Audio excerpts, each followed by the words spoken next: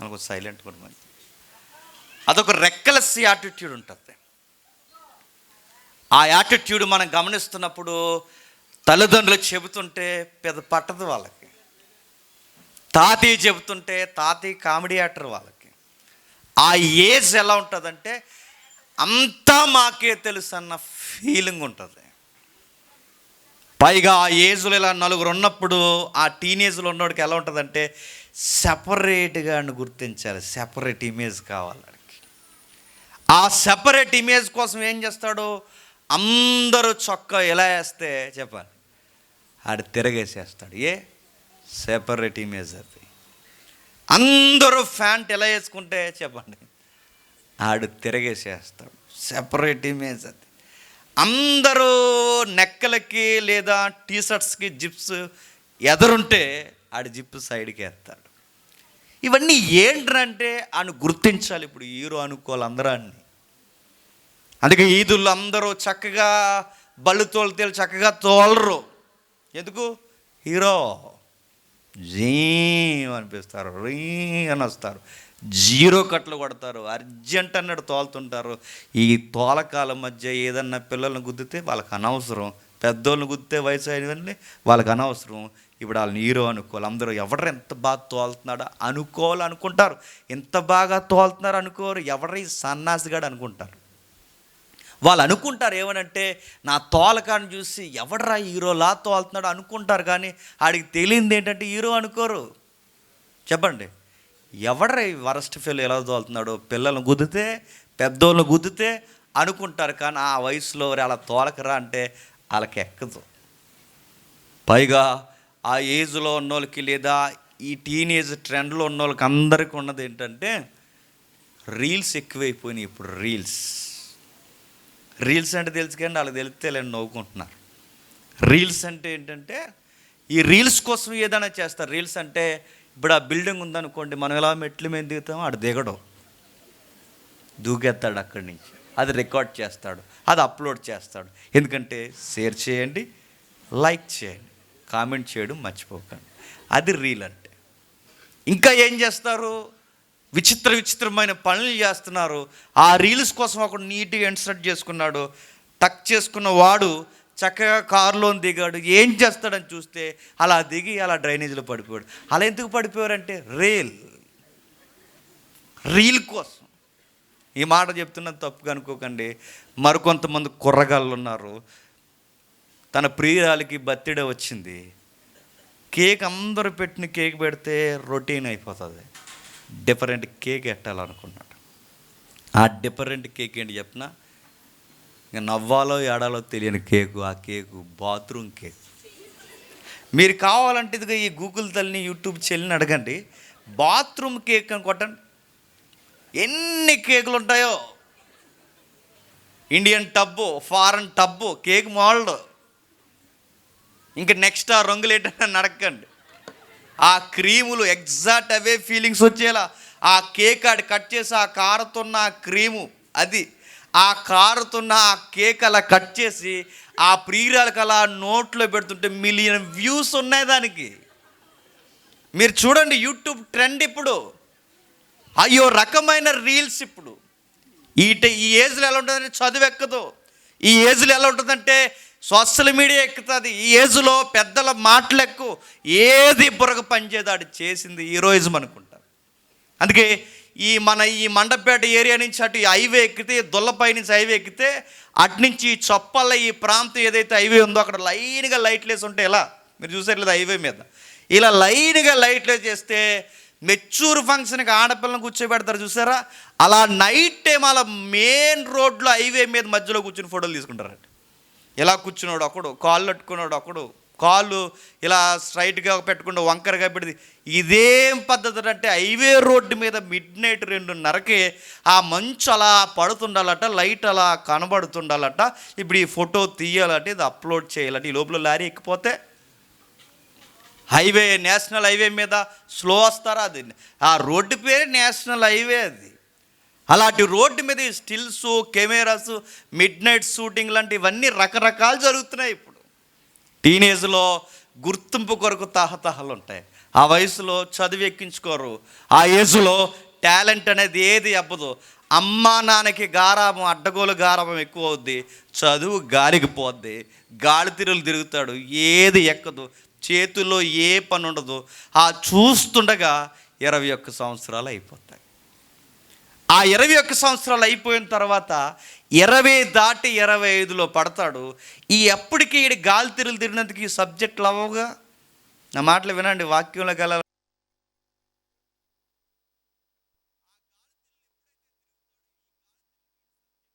Talent ఉండదు, ఎందుకు పనికిరాడు. అలాంటి టైంలో ఇరుగు పొరుగు వాళ్ళు వచ్చి అడుగు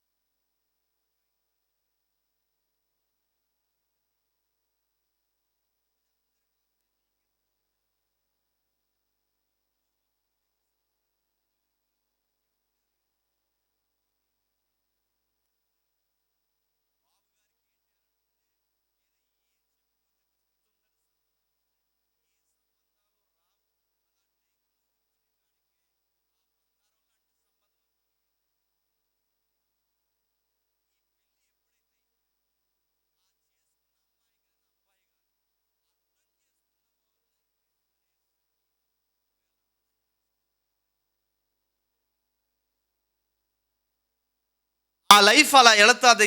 వెళుతుండగా అప్పటికి వీళ్ళిద్దరూ కలిసి, భార్య భర్త కలిసి వాళ్ళ అమ్మా నాన్న మీద ఆధారపడతారు. ఈ ఆధారపడుతున్నప్పుడు ఎల్లకాలం పోషించరు. ఎందుకంటే సామెత ఉందిగా తెలుగులో, కూర్చొని తింటే కొండలైనా కరిగిపోతే. నాన్న కష్టార్జితం మీద ఎంతకాలం బతుకుతారు?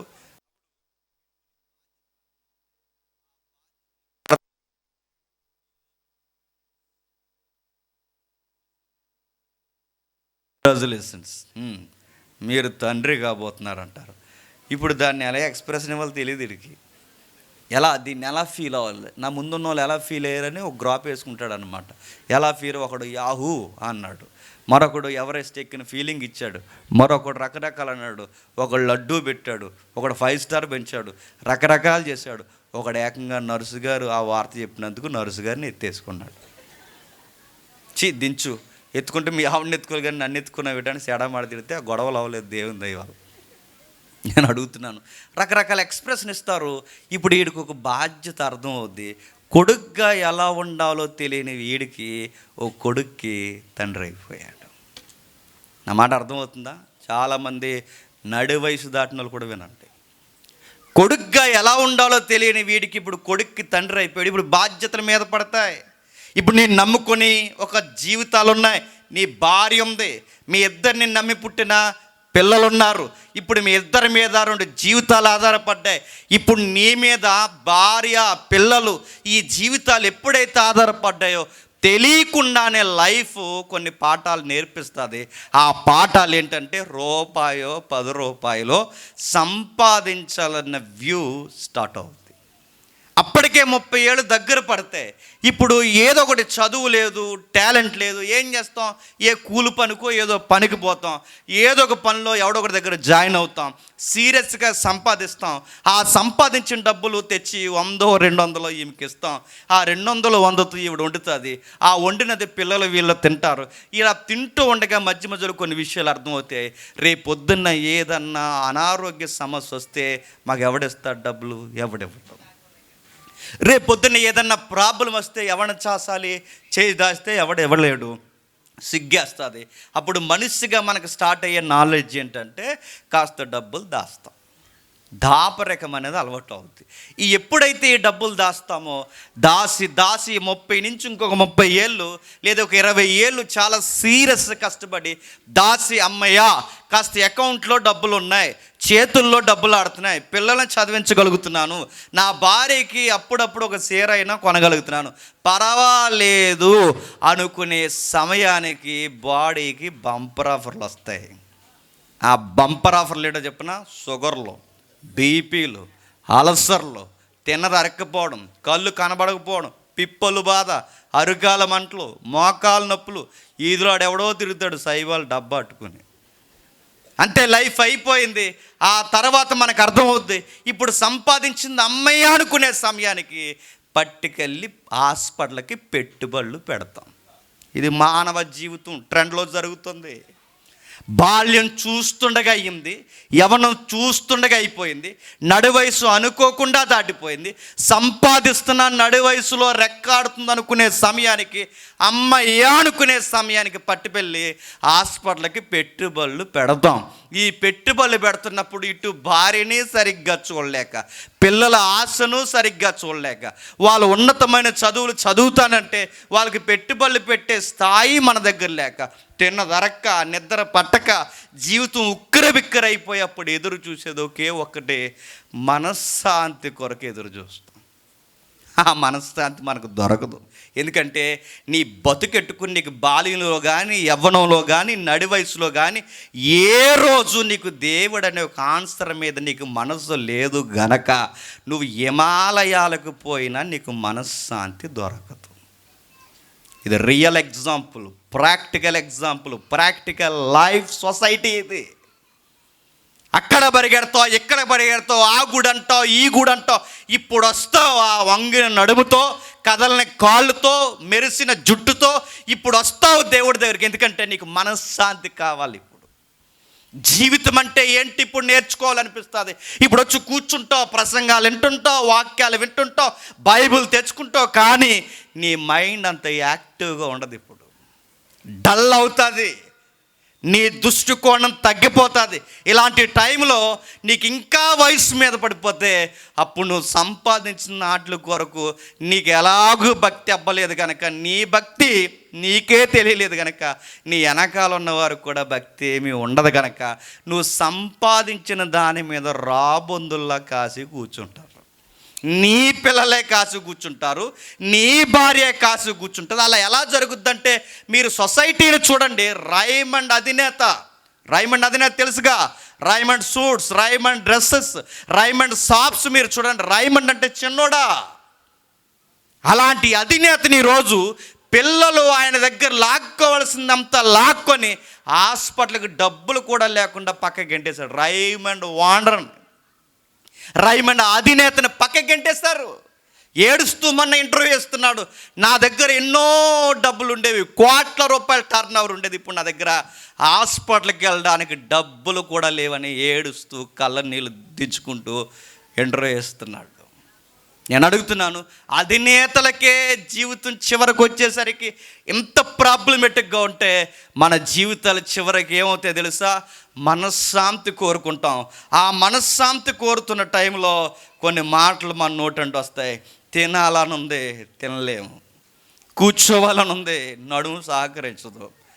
ఏదో దిక్కునికి వెళ్ళాలని ఉంది, కాళ్ళు రావు. ఏదో ఒకటి చేయాలని అనిపిస్తుంది, ఓపిక ఉండదు. కనీసం బైబిల్ చదువుదామని అనిపిస్తుంది, కళ్ళు కనబడవు. ఏదో ఒకటి ఆలోచించి చేద్దామంటే మైండ్ అంత యాక్టివ్గా ఉండదు.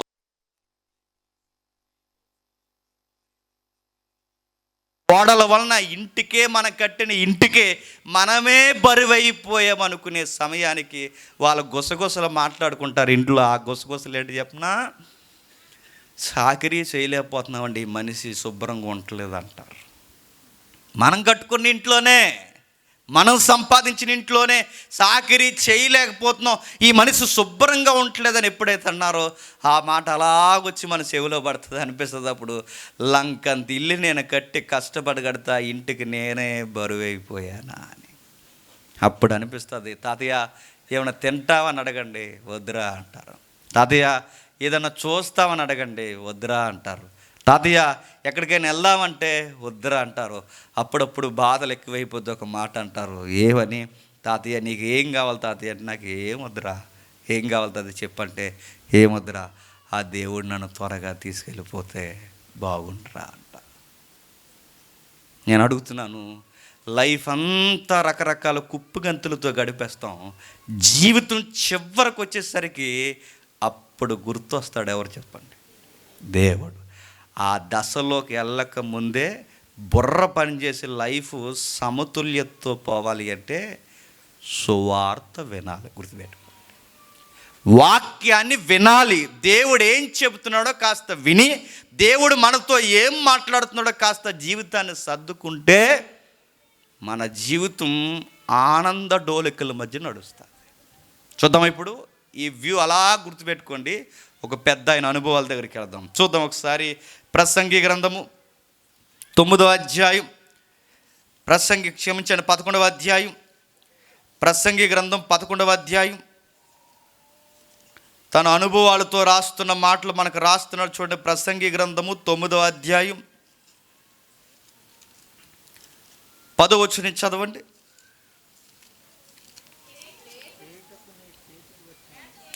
లేత వయస్సును నడిప్రాయమును గతించిపోవినవి గనక నీ హృదయములో నుండి యాకులము తొలగించుకొనుము. ఆగుదాం.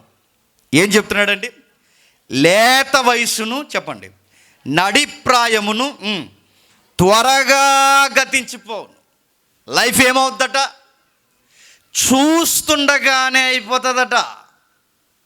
ఏ వయసులో అయిపోతాయి? జీవితంలో ముఖ్యమైన వయసులు ఏంటి చెప్పండి? లేత వయసు చెప్పండి, నడిప్రాయము. లైఫ్లో విలువైన దశలు ఆ రెండు కూడా అలా చూస్తుండగా అయిపోతాయట. మీరు కావాలంటే మీరు చెక్ చేయండి. ఎవరైనా చదువుకుని ఇప్పుడు మీరుంటే, హై స్కూల్కి వెళ్ళిన అలవాటు ఉంటే, మొన్న హై స్కూల్ జీవితం అయినట్లేదని మనకి. ఈ మధ్య 10th క్లాస్ గ్రూపులో మా గ్రూప్ ఒకటి క్రియేట్ చేశారు. మా బ్యాచ్మెంట్, మా ఫ్రెండ్ ఒకరు చనిపోయారు. 10th క్లాస్ బ్యాచ్మెంట్ చనిపోతే ఆ గ్రూపులో ఎవరెవరు ఎక్కడ ఉన్నారో అందరూ ఆల్రెడీ గ్రూపులో రన్ అవుతున్నారు. నేనే లేటుగా దొరికాను. ఇప్పుడు తీసుకెళ్ళి ఎక్కడికి పోయేవారు నాయనన్న గ్రూపులో యాడ్ చేశారు. ఆ గ్రూపులోకి వెళ్ళిన తర్వాత అక్కడ డిస్కషన్ జరుగుతుంది. గ్రూపులో ఏం జరుగుతుందని చూస్తే ఆ గ్రూపులో ఇలా స్టార్ట్ చేస్తున్నారు. నెక్స్ట్ ఇయర్కి మన 10th క్లాసు 20 years పూర్తి చేసుకుంటున్నాను. ఏంటి అప్పుడే 20 years అయిపోయినాయి అనుకున్నాను. నేను ఇంకా 10-11 సంవత్సరాలు 13 అయింది అనుకున్నాను. ఏకంగా ఇప్పుడు నెక్స్ట్ ఇయర్ కట మాకు 10th అయ్యి 20 సంవత్సరాల. ఆ హై స్కూల్ గేట్లు ఇంకా కళ్ళ ముందు కదులుతున్నట్టే ఉంది. ఆ క్లాస్ రూమ్లో ఎగ్గొట్టిన అవ్వారు ఇంకా కళ్ళ ముందు చూస్తున్నట్టుంది. కానీ అప్పుడే తిరగేస్తే 20 years అంటే ఇలా వచ్చి ఆ వయసు అలా పోయింది ఒకేసారి. చూడండి, అప్పుడప్పుడు గెట్ టుగెదర్కి వెళ్తారు, బ్యాచ్లు గెట్ టుగెదర్లు. ఈ గెట్ టుగెదర్కి వెళ్ళినప్పుడు ఏంటండి ఈరోజు మీ పార్టీ అంటే 10th class get together party జరుగుతుందండి అంటారు. 10th క్లాస్ గెట్ టుగెదర్ పార్టీకి వెళ్తున్న వీళ్ళ వయసు ఎంత తెలుసా? వీళ్ళకి అప్పుడే 40. ఆల్రెడీ వీళ్ళ పిల్లలు హై స్కూల్కి వెళ్తుంటారు. వీళ్ళ పిల్లలు హై స్కూల్కి వెళ్తున్న టైంలో వీళ్ళు హై స్కూల్ పార్టీకి వెళ్తున్నారంట. అలా ఎలా అంటే వీళ్ళ ఫీలింగ్ ఏంటి చెప్పండి? మొన్న అయినట్టుంది. నా మాట మీకు అర్థమవుతుందా? వీళ్ళ పిల్లలే హై స్కూల్కి వెళ్తుంటే ఇప్పుడు హై స్కూల్ పార్టీకి వీళ్ళు వెళ్తున్నారంటే ఏ ఫీలింగ్ ఉంటే పార్టీకి వెళ్తారు చెప్పండి? ఇంకా టీచర్ ఆ ఫీలింగ్స్ అలా కళ్ళ ముందు ఉంటాయి. కళ్ళ ముందు ఉన్నాయి కనుక బాగుండరా.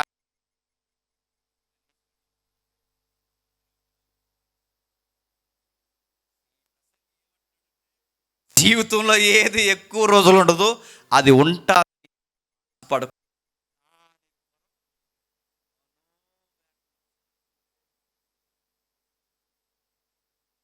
బాగా అర్థం కావాలంటే ఒకసారి 3వ అధ్యాయంకి రండి.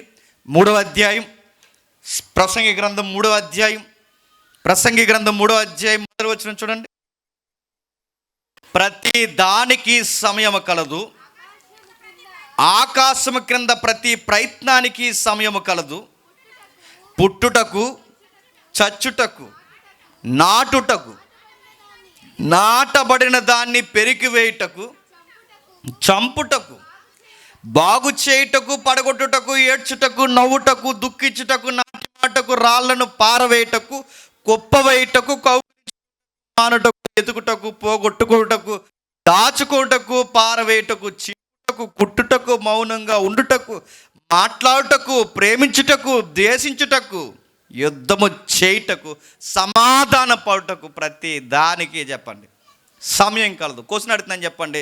ప్రేమించే టైం వేరంట, ద్వేషించే టైం వేరంట, సంతోషించే టైమింగ్ వేరట, ఏడ్చే టైం వేరంట, సమాధాన పడే టైమింగ్ వేరట, చెప్పండి గొడవ ఆడుకునే టైం వేరట, తెచ్చుకునే టైం వేరట, పారేసుకునే టైం వేరట. ప్రతి దానికి ఒక టైం ఉందంటే నేను అడుగుతున్నాను, ఒకే టైం ఎప్పుడు ఉండదా? నా ప్రశ్న మీకు అర్థమవుతుందో లేదు. అంటే ఎప్పుడు సంతోషం ఉండదా? ఉండదు. ఎప్పుడు బాధ ఉండదా? ఉండదు. ఎప్పుడు ఒకే లైఫ్ ఉండదా? ఉండదు. ఇదే మనుషులు మీరు చూడండి, చిన్నప్పుడు మెజారిటీ చాలామంది ఉన్నారు, చిన్నప్పుడు మీరు చూడండి మనకి గోళీలాట అంటే ఇష్టం, అవునా కదా? ఆ గోళీలు ఎంత బాగా దాచుకునే వాళ్ళమండి, జోబీలు వేసుకుని ఇలా ఊపుకుంటూ ఊరంతా తిరిగేవాళ్ళు. ఎందుకు? నా దగ్గర ఇన్ని గోళీలు ఉన్నాయి, ప్రాపర్టీ మాదిరి ఆస్తుల్లాగి ఇన్ని గోళీలు పెట్టుకుని ఈ జేబీలో జాగ్రత్తగా దాచుకుని నిక్కర్లప్పుడు ఆ నిక్కర్లు వేసుకుని ఆ ఊరంతా తిరిగి గోళీలట ఆయనేవారు. అందులో పెద్ద గోళీలు ఉంటాడు, పెద్ద పవర్ ఉన్నోడు, చిన్న గోళీలు ఉంటే చిన్నోడు పెద్దేమని అనేవాడు. ఎన్ని గోళీలట. రాత్రి నిద్రపోతున్నప్పుడు మా ఫ్రెండ్ ఒకడు ఉండేవాడు, అవి నిద్రపోయే టైంలో కూడా జేబులు పెట్టుకుని మళ్ళీ ఎవడో అడ్డిపోతాడని. ఆ టైంలో వాడు ఏం చేస్తాడు చెప్పినా, ఇవి పడిపోతాయేమని ఆ లోపల జేబీకి ఒక లబ్బరెట్టివాడని పడిపోగలడు, లేదంటే దాన్ని కట్టేవాడు. నేను అడుగుతున్నాను, ఆడు పెద్దోడు అయిపోయాడు, నాకు గవర్నమెంట్ ఎంప్లాయ్, వాడు గవర్నమెంట్ ఎంప్లాయ్, అందరూ పెద్దోళ్ళు అయిపోయారు. ఇప్పుడు ఆడి ఇంట్లో ఏదన్నా ఫంక్షన్ జరిగినప్పుడు ఆడికి చిన్నప్పుడు గోళీలు అంటే ఇష్టం కనుక ఇప్పుడు పార్టీకి వెళ్ళినప్పుడు ఆడికి ఇన్ని గోళీలు గిఫ్ట్కి ఇస్తే ఏమంటాడు చెప్పండి? గోళీలు ఎద్దుకురా అంటాడంట. మరి నీ గోళీలు అంటే ఇష్టం, చిన్నప్పుడు డ్రింక్ మూతలు తాడు అదంటే నీకు ఇష్టం, చిన్నప్పుడు పేక ముక్కలు తాడు, వీటి కొరకు నిద్రపోకుండా తిరిగి, ఇదిగో తీసుకో, నువ్వు ఆడేగా అప్పుడు ఎంత ఇష్టపడేవాడు, ఇప్పుడు నువ్వేగా, కొత్తోడు ఏమి కాదు. కానీ ఆ ఆడికే ఇప్పుడు గోళీలు ఇస్తే ఏమంటాడు? గోళీలు ఎందుకురా, వయసు అయిపోయింది అంటాడు. మీకు ఎందుకు ఈ మాట చెప్తున్నాను చెప్పిన, ఇదే మనిషి వయసు మారి కాలం మారేసరికి ఇష్టాలు మారిపోతున్నాయి, వయసు మారి కాలం మారేసరికి ఆశలు మారిపోతుంది. అంటే అప్పుడు ఆడుతున్న ఆ గోళీలు కొడకే ఏడ్చేవాడు, ఇప్పుడు వీడు ఎదిగాడు, ఇప్పుడు ఇవే గోళీలు ఇస్తే ఏమంటున్నాడు? వద్దంటున్నాడు. ఇప్పుడు ఆడు గోళీలు కాదు కావాల్సింది చెప్పండి, డబ్బులు. మరి అప్పుడు గోళీలు అన్నో అప్పుడు వేరు, చెప్పండి ఇప్పుడు వేరు. ఆడపిల్లలు మీరు చిన్న గిన్నెలు తాడు చిన్నప్పుడు ఆడతాం కదండి, ఆ చిన్ని బొరుగులు ఆటలతో ఆడుతున్నప్పుడు చిన్న గ్యాస్ స్టవ్, మళ్ళీ గ్యాస్ సిలిండర్ చిన్నది, ఆ చిన్న గెరిటు, ఆ మళ్ళీ అందులో అన్న రైస్ వండే బౌలు, కూర వండే బౌలు, అన్ని రకాల గిన్నెలు చిన్న గిన్నెలు ఆటలతో నిద్రపోక ఆడేవారు. మళ్ళీ అందులో గుడ్లు కర్రీలు, ఆ కర్రీలు, ఈ కర్రీలు అన్నీ వాడేవారు. చిన్నప్పుడు ఆ కూడా బొరుకులు కవర్ అట్టుకుని తిరిగేదానివి. ఇప్పుడు నీకు పెళ్ళి అయిన తర్వాత సారిగా బొరుకులు ఎత్తే ఏం చేస్తావు చెప్పు? ఏం చేస్తావు? చిన్న గ్యాస్ స్టవ్, చిన్న గ్యాసు, చిన్న గిన్నెలు ఇస్తే ఏం చేస్తావు? నవ్వుకుంటావు. అప్పుడు ఆ గిన్నెలతోనేగా 24 hours ఆడేదానివి. ఇప్పుడు నాకు వద్దంటే ఇప్పుడు వద్దు, ఆ వయసు అయిపోయింది. సొలొమోన్ ఏమంటున్నాడంటే, ఎక్కువ రోజులు లైఫ్లో ఏది ఉండదు, సంతోషం ఎక్కువ రోజులు ఉండదు, సరదా ఎక్కువ రోజులు ఉండదు, ఆ వయసు ఎక్కువ రోజులు ఉండదు, ఆడుకునే వయసు ఎక్కువ రోజులు ఉండదు, తిట్టుకునే వయసు ఎక్కువ రోజులు ఉండదు, కసురుకునే వయసు ఎక్కువ రోజులు ఉండదు. ఇవన్నీ ఏటెల కాలం ఒక్కటే ఉండవు.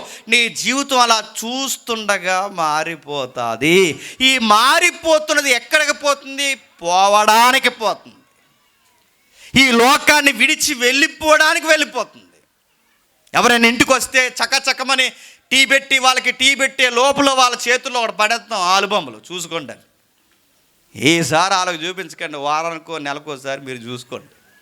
చూసుకున్నప్పుడు ఈసారి ఆ ఫోటో దగ్గర పెట్టుకుని మీ పిక్చర్ అది కనబడుతున్నప్పుడు ఇప్పుడు ఒరిజినల్ పిక్చర్ వెళ్ళి మీరు అద్దంలో చూసుకోండి ఫోటో చూసుకోండి, అద్దంలో చూసుకోండి ఫోటో చూసుకోండి. ఫోటోకి అద్దంలోకి తేడా గమనించండి. ఏమైంది? ఆ నునుపు పోయింది. ఏమైంది? ఆ చక్కటి ఆకారం పోయింది. ఏమైంది? ఆ స్లిమ్నెస్ పోయింది. పోయింది. ఆ ఫోటో చూసినప్పుడల్లా అనిపిస్తుంది ఎంత బాగుండేవాడినో, ఎంత బాగుండేదాన్నో. మరి ఇప్పుడు అలా ఉండంటే ఎక్కడుంది? కింద 2 లొట్టలు వచ్చాయి, వెనక రకరకాలు వచ్చాయి, ఇవన్నీ తేడా వచ్చాయి. ఏమైందంటే ఈ శరీరము చెప్పండి ఎక్స్పైర్ అయిపోతుంది. ఏది ఎక్కువ కాలం ఉండదంటే ఇదిగో బాల్య దశ ఉండదు, లేత వయసు యవ్వన దశ ఉండదు, నడిప్రాయం ఉండదు.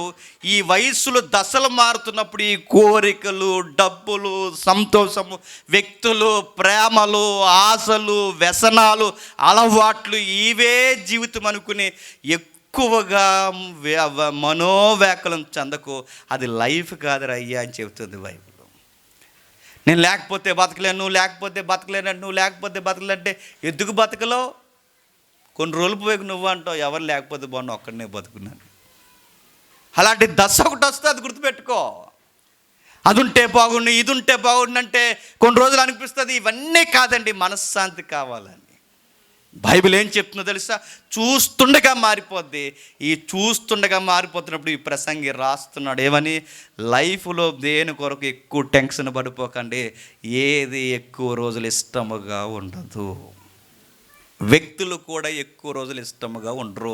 నీకు లైఫ్ అంటే అది అనుకోకు. వస్తువులు కానీ, వ్యక్తులు కానీ, స్నేహాలు కానీ ఇవేమి ఎక్కువ రోజులు ఉండవు. నువ్వు మనోవ్యాకులంతో డిప్రెషన్లోకి వెళ్ళకు, లైఫ్ను పాడు చేసుకుంటావు. ఎందుకు ఈ మాటలు రాస్తున్నాడంటే ఈయన జీవితం అనుభవాలతో రాస్తున్నాడు. ప్రసంగిలో పదే పదే కనబడే మాట ఏంటో తెలుసా? వ్యర్థము. చెప్పండి. సమస్తము వ్యర్థము, వ్యర్థము, వ్యర్థము, సమస్తము వ్యర్థం అని రాస్తాడు. నేను అడుగుతున్నాను, చెప్పిన మాట చెప్పి అధ్యాయంలో కనీసం 10 సార్లు 5 సార్లు చెప్పిన మాట చెప్తుంటాడండి. అన్నిసార్లు చెప్పిన మాట ఎందుకు చెప్తున్నాడు? తాగాలనుకున్నాడట, తాగాడట, వ్యర్థం అన్నాడు. తిరగాలనుకున్నాడట, తిరిగాడట, తిరుగుళ్ళు వ్యర్థం అన్నాడు. చూడాలనుకున్నాడట, చూసాడట, చూసిన తర్వాత వ్యర్థం అన్నాడు. సంపాదన అన్నాడు, సంపాదన తర్వాత వ్యర్థం. ఒక్కటి కాదు, అన్నీ వ్యర్థము, వ్యర్థము, వ్యర్థము, సమస్తము వ్యర్థం అన్నాడు. అనిన మాట అని, చెప్పిన మాట చెప్పే వ్యక్తులను ఏమంటారు? 2 కేటగిరీల్లో వేస్తారు. ఒకటి పిచ్చోలే చెబుతారు, చెప్పిన మాటే చెప్పి. అప్పుడప్పుడు చూస్తారు అలా ఏదో మాట్లాడి అలా తల మీద బాదుకుంటూ అలా తిరుగుతుంటారు, మాట్లాడింది పిచ్చోలే చెప్పింది చెబుతుంటారు. 2 జీవితంలో అన్ని దెబ్బలు తినేసి వయసు అయిపోయిన వాళ్ళు, వృద్ధులు చెప్పింది చెబుతుంటారు. ఇది ఏ కేటగిరీకి సంబంధించిన గ్రంథం అంటే వయసు అయిపోయే అనుభవాలతో రాస్తున్నాడు, గాయాలైపోయే అనుభవాలతో రాస్తున్నాడు. ప్రసంగి పిచ్చోడు కాదు, జీవితంలో అన్ని దెబ్బలు తిని రాస్తున్నాడు. లైఫ్ అంటే యవ్వనము కాదు, లైఫ్ అంటే సంపాదించే నడి వయసు కాదు, లైఫ్ అంటే బంధాలు కాదు, లైఫ్ అంటే ప్రేమలు కాదు. లైఫ్ అంటే ఒకరోజు ముగిసిపోయే చివరి దశ ఉంటుంది, అది లైఫ్ అంటే. ఆ లైఫ్ మీరు ఎందుకు చూడట్లేదు? నేను చూసి రాస్తున్నాను. ఇదిగో ఈ సూర్యుని కింద మేలుకరమైనది ఏది లేదు, సమస్తము వ్యర్థము. అనుభవాలు రాస్తున్నాడు, దెబ్బలు తిని రాస్తున్నాడు. వెనకాల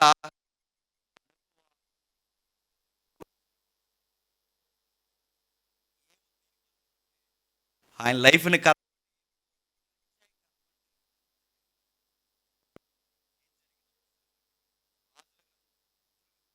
మొదటి రాజుల గ్రంథం 10వ అధ్యాయం, మొదటి రాజుల గ్రంథం 10వ అధ్యాయం 14. ఏటేటా సొలొమోనుకు వచ్చు బంగారము 332 మణుగుల ఎత్తు, ఇదియుగాక గంధవర్గములు మొదలైనవి వర్తకుల యొద్ద నుండి, అతనికి చాలా వచ్చుచున్ను. దావీదు గారు ఏమో పరిపాలన కత్తితో చేశాడు, సొలొమోను యుక్తి ఆ రోజుల్లో చాలా చాలా మంది ట్యాక్స్ చెల్లించేవారు. ఆ రోజుల్లో పక్క పొరుగు రాజులు గిఫ్ట్ మాదిరి గోల్డ్ పంపించేవారట. ఆ గోల్డ్ ఎక్కడి నుంచి వస్తుందో చెప్తున్నాడు చూడండి. అరబ్బు దేశాల నుంచి వస్తుందట. అరబ్బు దేశాలు అంటే ఎవరండి? అరబ్బు దేశాలు అంటే ఎవరు? అబ్రహాం గారు తెలుసా? తెలియపోతే రేపు తూర్పు ఎలాగో చూడటం అంతే. అబ్రహాం గారికి శారమ్మ భార్య. అబ్రహాం గారి మధ్యకి శారమ్మ గారి మధ్యకి అన్అఫీషియల్గా వచ్చింది ఎవరు? ఆగరమ్మ. ఈ ఆగరమ్మ వచ్చినప్పుడు ఈవిడ ప్రెగ్నెన్సీ అయిన తర్వాత ఒక కుదురులేనుడు పుట్టాడు. ఎవరు? ఇస్మాయిల్. ఈ ఇస్మాయిల్ పుట్టి అసలు ఇస్మాయిల్ ఎవరు? ఇస్సాకు. ఆ ఇస్సాకు అంటే స్మైల్ కదండి. ఆ అబ్బాయికి నవ్వు లేకుండా చేసాడు ఇస్మాయిల్. వాళ్ళ అమ్మ చూసింది శారమ్మ.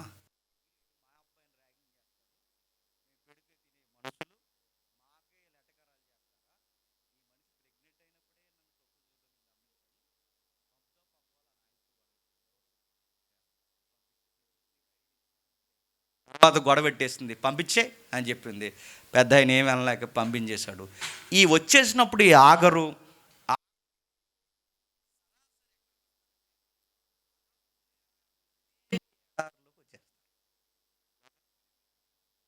ఈ అరేబియా ఎడార్లోనే వీళ్ళ బతుకు నేర్స్తారు, బ్రతకడం నేర్స్తారు. ఆ బ్రతుకుతున్నప్పుడు ఇస్మాయిల్ అన్నవాడికి సుమారు 12 మంది కొడుకులు పుడతారు. ఎంతమంది? 12.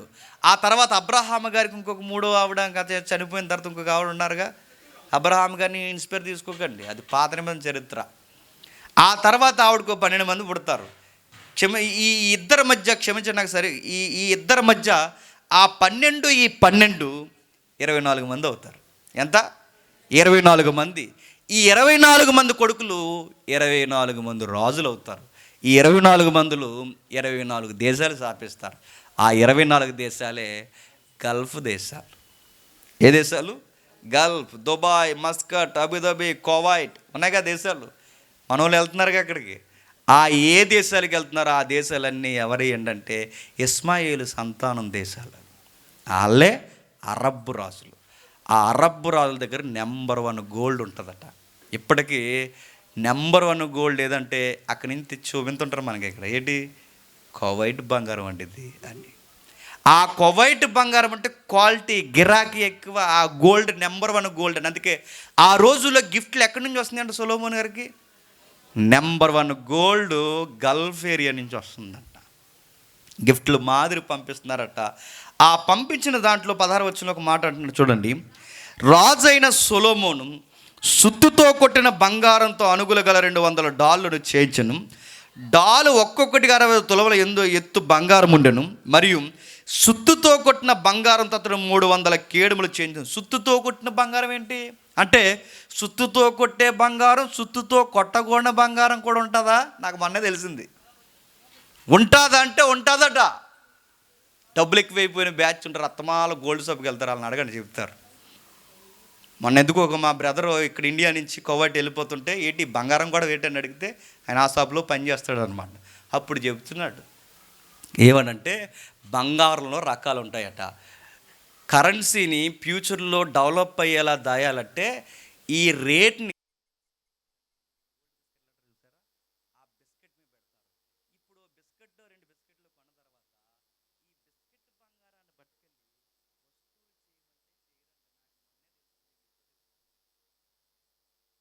బంగారం ఆభరణాలు అవ్వంటే అవ్వంట.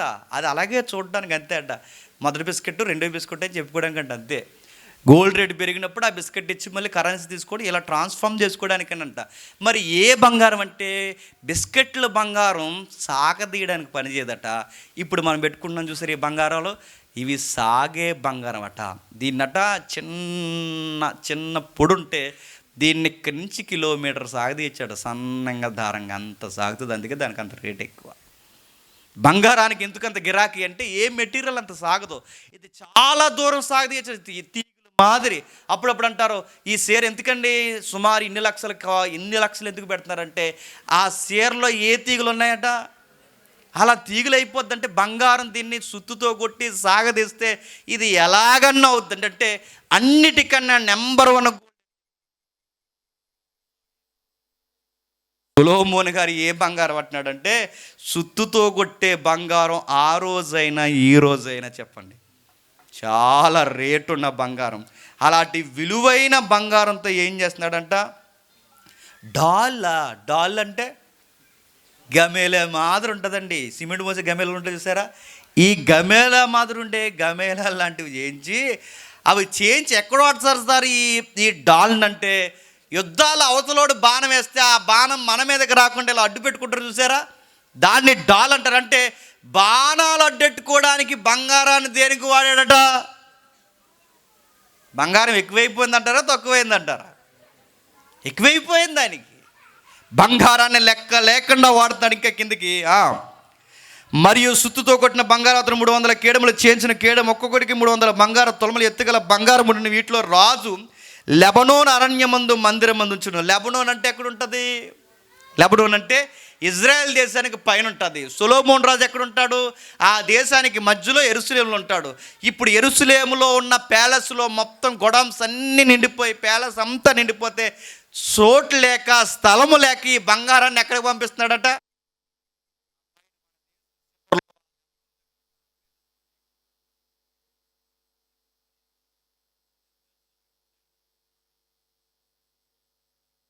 అంటోళ్ళు 100,000 మంది నిలబడినా గుర్తుపెట్టుకోండి, సొలొమోను గోరు ముందు దిగదొడుపు గుర్తుపెట్టుకోండి. అంత బంగారం ఉంది ఆయన దగ్గర, టన్నులు గుట్టలు ప్యాలెస్లు నిండిపోయాయి. ఎంత బంగారం ఎక్కువైందంటే ఆయన గుడినే బంగారంతో కట్టాడు, ఆయన బంగారంతోనే గుడిని కట్టాడు, తన ప్యాలెస్నే బంగారంతో కట్టాడు. ఇంకా కింది చదువుతుంటే ఆశ్చర్యం వేస్తుంది.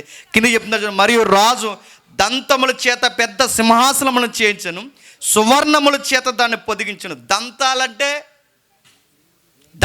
ఈ మధ్య అడ్వర్టైజ్మెంట్ అవుతుంది ఒకటి, టపాలమని అద్దం బద్దలు కొట్టేసి ఇలాంటి మైక్ ఒకటి పట్టుకుని వచ్చి న్యూస్ చూస్తుంటే మధ్యలో వచ్చేది అడ్వర్టైజ్మెంట్. టపాలమని అద్దం బద్దలు కొట్టి ఇలా మైక్ ఒకటి సీరియస్గా ఈ కొప్పు ఒకటి వేసుకుని వచ్చేస్తుంది ఆవిడ, ఇలా వేసుకుని వచ్చి మీ టూత్పేస్ట్లో ఈ పాసి దంతాలు కదా అక్కడ చెప్తున్నది, మీ టూత్పేస్ట్లో ఉప్పు ఉందా కారం ఉందా అది కాదు. ఈ దంతాలంటే ఏ దంతాలంటే ఇక్కడ రాయబడిన దంతాలు ఏనుగు దంతాలు. ఏనుగు దంతాలతో ఏం చేశాడు? సింహాసనాలు చేయించాడట, కావలసిన పాత్రలు వస్తువులు చేయించాడట. ఏనుగు దంతాలంటే ఎంత గిరాకీ ఉంటాయండి. దాని పవర్ ఏంటో మీకు తెలియాలంటే ఒక కరెంట్ ఎగ్జాంపుల్ చెప్తాను వినండి. తమిళనాడు, కర్ణాటక, ఆంధ్ర 3 రాష్ట్రాలు ఈ మధ్యలో కలిసిపోయి ఒక అడవి ఉంది మనకి, నల్లమల్ల. ఈ నల్లమల్ల అడవుల్లో అటు కర్ణాటక ఇటు కలుస్తుంది. ఈ తిరుపతి కొండల మించి విజయవాడ, తిరుపతి కొండల మించి అటు కర్నూలు, ఈ కర్నూలు నుంచి శ్రీశైలం, ఆ పైకి అలా తమిళనాడు బోర్డర్ వరకు, ఈ కర్ణాటక బోర్డర్ వరకు ఈ అడవులు కలుస్తాయి.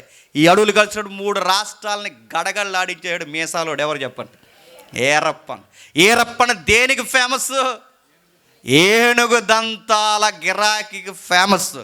ఏనుగు దంతాలు పట్టినందుకే 3 రాష్ట్రాల పోలీసులు ఆ రోజుల్లో గడగడలాడారు, ఈడెక్కడ దొరుకుతాడ్రా అని. ఆ రోజుల్లో రాజ్ కుమార్ అనే పెద్ద మెగాస్టార్ లాంటి హీరోని ఎత్తుకెళ్ళిపోయాడు కిడ్నాప్ చేసి. అంచెలంచెలుగా ఏ విషయంలో ఎదిగాడంటే ఏనుగు దంతాల విషయంలో ఎదిగాడు. 4-5 ఏనుగు దంతాల విషయంలోనే ఈడు హీరో అయిపోతే ఏకంగా ఏనుగు దంతాలతో నేను ఏం చేయించాడట? సింహాసనం చేయించాడు. ఒత్తి దంతాలే కదరా అబ్బాయి, ఆ దంతాల సింహాసనం మీద సువర్ణంతో పొదగండి అబ్బాయి అన్నాడట. అదే కాస్ట్ పైన మళ్ళీ ఏం చేస్తున్నాడట? ఆ పైన పొదిగాడట, సువర్ణంతో పొదగండి, దాని మీద నేను కూర్చుంటాను.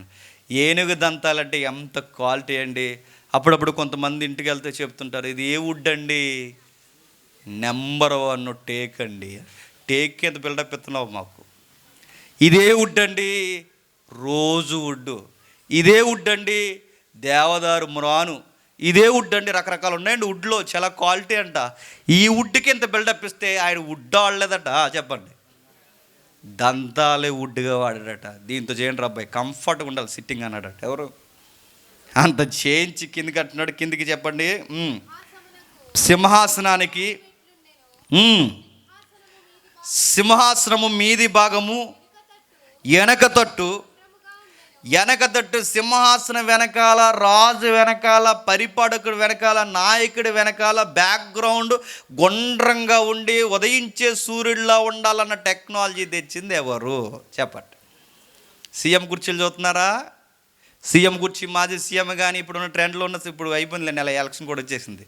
ఇప్పుడున్న సీఎం, మొన్న వరకు ఉన్న సీఎం కానీ రేపు కాబోయే ఏ సీఎం మనకు తెలియదు. సీఎం కుర్చీ వెనకాల పెట్టించుకుంటారు. ఏంటి చెప్పనా? ఉదయించే సూర్యుడు వెనకాల రౌండ్గా పెట్టించి అలా బగబగమని గోల్డ్ కలర్తో ఉన్నట్టు పెడతారు. కానీ అది గోల్డ్ కదా, ఎందుకంటే గోల్డ్ అయితే ఉండే రావడం రట్టిపోతాడు.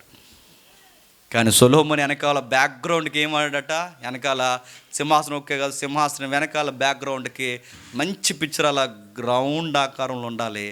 ఉదయిస్తున్న సూర్యుడు మాదిరి, చంద్రుడు మాదిరి ఉండాలి, పెట్టండి అని చెప్పాడు. ఆ రోజుల్లోనే రాయల్టీకి సంకేతాలు ఇచ్చాడు కిందికి.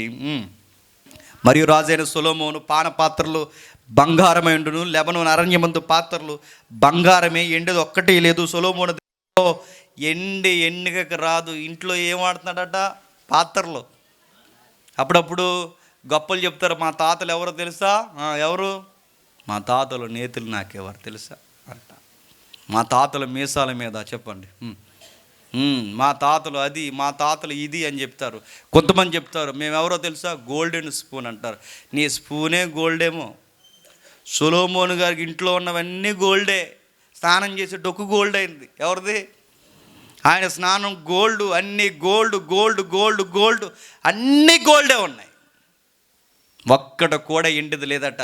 ప్రతిదీ తినే కంచం గోల్డ్, స్నానం చేసే బకెట్ గోల్డ్, నడుస్తుంటే ఆ మెట్లు గోల్డ్, కూర్చున్న కుర్చీ గోల్డ్, వెనకాల బ్యాక్గ్రౌండ్ గోల్డ్. ఆయనకి గోల్డ్కి అసలు కదువే లేదు. బంగారం బంగారం బంగారం. ఇంక 22లో సముద్రమందు ఏరాము వాడలతో తర్షీసు వాళ్ళు రాజుకు కలిగి ఉండెను. ఈ తర్షీసు వాళ్ళు 3 సంవత్సరాలకు ఒకమారు బంగారం, ఎండి, దంతములు, కోతులు, నెమళ్ళు, పెట్లు సొలొమోను దగ్గరికి తెస్తున్నాను. కోసడాడుతున్నా చెప్పండి. ఏ వాడలు మెయింటైన్ చేస్తున్నాడట? హేరాము వాడలు, తర్షీసు వాళ్ళు. ఏరాము వాళ్ళు, తర్షీసు వాళ్ళు అంటే ఆ రోజుల్లో బెంజికార్ లాంటి వాళ్ళు అన్నమాట. ఏవి చెప్పండి? బ్రాండెడ్ బోట్స్ అవి. ఆ గొట్టు నుంచి ఈ గొట్టుకు తీసుకొచ్చే తెప్పలు కాదు ఇవి. ఏంటి చెప్పండి? ఖండాలు దాటి ఆ ఖండం నుంచి ఖండానికి తీసుకొచ్చే విలువైన వస్తువులు మోసేసే దేశాలు దాటేసే నెంబర్ 1 బోట్స్ వాడుతున్నాడట. ఆ రోజుల్లో ఒక్క వాడ ఎంత ఉంటుందో తెలుసా? ఈ మండపేట సగం అట్టిపోద్ది, అంత ఉంటుంది ఒక్క వాడ. అలాంటి వాడలను పట్టుకెళ్తున్నాడంటే మామూలు విషయమా? అంత వాడ బంగారం వస్తుందట. రకరకాలు తీసుకొస్తున్నాడు. ఇంకా దంతాలు తీసుకొస్తున్నారు, కోతులను తీసుకొస్తున్నారు, నెమలను తీసుకొస్తున్నారు, పెట్టలను తీసుకొస్తున్నారు. నేను అడుగుతున్నాను, దంతాలు తెచ్చాడంటే బాగుంది, పెట్లో కోతులు ఎందుకండి? నెమళ్ళు ఎందుకు? ఈసారి మీ దగ్గర ఎవరైనా డబ్బు ఉన్న వాళ్ళు ఇంటికి వెళ్ళి చూడండి. బాగా డబ్బు ఉంటే ఈ మధ్య వచ్చిన ఫ్యాషన్ ఏంటి చెప్పిన, ఒక 1/2 ఎకరం ఉందనుకోండి, 1/2 ఎకరంలో ఇల్లు కడతారు. 1/2 ఎకరానికి వెనక్కి ఇల్లు కట్టి ఎదర చాలా ఓపెన్ ఏరియా వదిలేస్తారు. ఆ ఓపెన్ ఏరియా వదిలేసి గార్డెన్ ఇస్తారు. ఆ గార్డెన్ ఇచ్చి పచ్చగా చూపించి అక్కడ ఒక పక్షి, ఇక్కడ ఒక తొండ, అక్కడ ఒక నెమలి, అక్కడ ఒక కుందేలు, అక్కడ అదో రకమైన కుక్క, ఇవన్నీ పెడతారు అక్కడ. చెబుతారు మనకి ఇంట్లోకి వెళ్తున్నప్పుడు ఇవన్నీ దర్శనం ఎత్తే మనకి.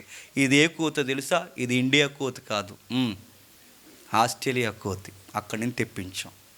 ఇదే తొండ తెలుసా? ఇది ఇండియా తొండ కాదు, చెప్పండి, అమెరికా తొండ.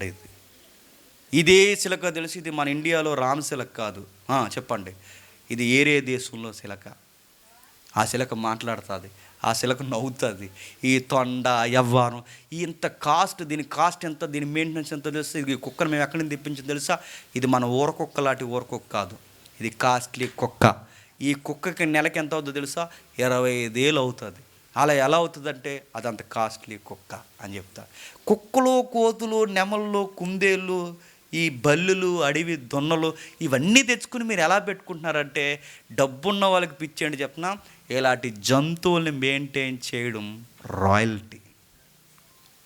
ఇలాంటి జంతువుల్ని మెయింటైన్ చేయడం హోదాను చూపించడం. సొలొమోనుకి ఆ రోజు ప్యాలెస్లు కట్టించి గార్డెన్లు వేయించి అందులో ఏం పెట్టిస్తున్నాడు? నెమల్లో. ఆ గార్డెన్లో ఏం పెట్టిస్తున్నాడు? రకరకాలు పెట్టిస్తున్నాడు. ఎక్కువ నెమళ్ళు దొరికేది ఈస్ట్ ఏరియాలో దొరుకుతుంటే, ఈస్ట్ ఏరియా అంటే మన తూర్పు దేశాల వరకు సొలొమోను వాళ్ళు వచ్చేవంటే వచ్చేవి. మీరు ఇంటికి వెళ్ళిన తర్వాత వృత్తాంతాలు చదవండి. లడ్డూలు, సుగంధ ద్రవ్యాలు ఇవన్నీ ఏరియా నుంచి పట్టుకెళ్ళేవారట. ఎంత మెయింటైన్ చేసేవారు. ఆయన గూర్చి మాట్లాడుతూ కింద కట్టినాడు, ఈ ప్రకారం రాజు అయిన సొలొమోను ధనము చేత, జ్ఞానం చేత, భూపతులందరి చేత అదుకుడైన అతనికి హృదయం దేవుడిచ్చిన జ్ఞానవాక్కులను వినుటకై లోకులందరూ అతను చూడగోరిరి. జాగ్రత్త వినండి, ముగించేస్తాను. సొలొమోనుకట రాజులలో ఆయన మించిన రాజు లేడు, అధిపతుల్లో ఆయన మించిన అధిపతి లేడు, జ్ఞానములో ఆయన మించిన జ్ఞాని లేడు. అసలు ఆ తరానికి రెఫరెన్స్ ఎవరయ్యంటే సొలొమోను. సొలొమోను కొట్టేవాడు అటు ఆఫ్రికా లేడు, ఇటు ఆసియాలో లేడు, భూమి మీద సొలొమోను దాటిపోయేవాడు లేడు. ఆయన దగ్గర బంగారానికి కరువే లేదు. ఆయన భోజనం బల్ల ఎంత ఉంటుందంటే సుమారు ఇదిగో ఇక్కడి నుంచి ఆ రెండో ఫోల్ ఎంత అవుతుందో లైటు, అక్కడ వరకు ఇక్కడి నుంచి ఆ భోజనం బల్ల ఉంటుందట. ఈ భోజనం బల్ల అంత ఐటమ్స్ ఉంటాయి, అంత భోజనం బల్ల తినేవాడు. ఇంత బంగారం ఉండేది. ఇవన్నీ ఆయనకు ఉండేవి. ఇవన్నీ ఉంటే బంగారం ఉంది, మనుషులు ఉన్నారు, రథాలు ఉన్నాయి, ఓడలు ఉన్నాయి, అన్నీ ఉన్నాయి. కానీ కిందకు వచ్చేసరికి 11వ అధ్యాయం 1వ వచనంలో 2వ మాట చూడండి. రాజు అయిన సొలొమోను ఫరో కుమార్తెలనే గాక ఇంకా అనేక మంది స్త్రీలను మోహించి కామతురత గలవాడే వారిని ఉంచుకొనుచు వచ్చెను. అతనికి 700 మంది రాజకుమార్తెలు భార్యలుండెను, 300 మంది ఉపపత్తులు కలిగి ఉండెను. అతని భార్యలు అతని హృదయము తిప్పివేసి. రాగుదాం, ఏం చెప్తున్నాడు చూడండి. అక్కడ రాస్తున్న మాటను మీరు గమనించండి. ఎవరట ఈయనకి భార్యలు? భార్యలు ఎవరు? రాజకుమార్తెలు. అందరూ 700 మంది రాజకుమార్తెలట, 300 మంది చెన్నెళ్ళులట, 700 మంది అందరూ రాజకుమార్తెలే. క్వశ్చన్ అడుగుతున్నాను, చెప్పండి. రాజుగారి కూతురు సంబంధం మనకు వస్తే ఎలా ఉంటుందండి? ఇంకా మనం పడుకోము, చెప్పండి. అందరికి చెప్పుకుంటూ తిరుగుతాం, ఇంకెవడు పడుకోకుండా. అరే మా మామయ్య ఎవరో తెలుసా? కింగ్ అని చెప్తాం. మా ఆవిడ ఎవరో తెలుసా? చెప్పండి. రాణి. ఎవరు కొట్టినావు సంబంధం అంటే? ఈది నెంబర్ గారు అమ్మాయి అంటేనే నిలబడం మనం.